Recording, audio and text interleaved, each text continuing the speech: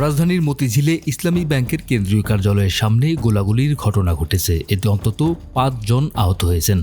রোববার সকালে এই ঘটনা ঘটে।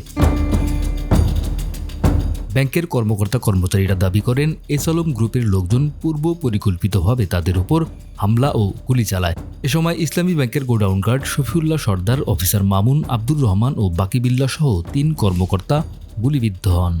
অবিলম্বে ব্যাংকের অনিয়ম ও দুর্নীতির সঙ্গে জড়িতদের বিচার চেয়েছেন ব্যাংকের কর্মকর্তা-কর্মচারীরা। এদিকে রাজনৈতিক পট পরিবর্তনের পর ব্যাংক খোলার প্রথম দিনেই গত মঙ্গলবার বেসরকারি খাতের ইসলামী ব্যাংকে অস্থিরতা শুরু হয়। ব্যাংকটিতে আবারও জামায়াতে ইসলামের নিয়ন্ত্রণে আসার প্রক্রিয়া শুরু হয়।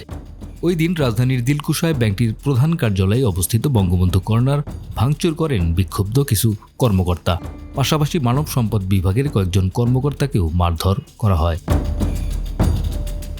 ইসলামী ব্যাংকের একাধিক কর্মকর্তা জানান, তারা জামানতবিহীন অনিয়ম করে লোন কেলেঙ্কারির প্রতিবাদ জানিয়ে বিক্ষোভ শুরু করেন। এ সময় হঠাৎ এসআলম গ্রুপের হয়ে কাজ করা কয়েকজন কর্মকর্তা প্রায় শতাধিক লোক অস্ত্র নিয়ে প্রবেশের চেষ্টা করেন। এর আগে গত বৃহস্পতিবার ইসলামী ব্যাংক থেকে পদত্যাগ করেন কায়সার আলী। তিনি ব্যাংকটির অতিরিক্ত ব্যবস্থাপনা পরিচালক ছিলেন। বুধবার ব্যাংকের কর্মকর্তার সামনে সাদা কাগজে পদত্যাগ করে ব্যবস্থাপনা পরিচালকের কাছে জমা দেন কায়সার আলী।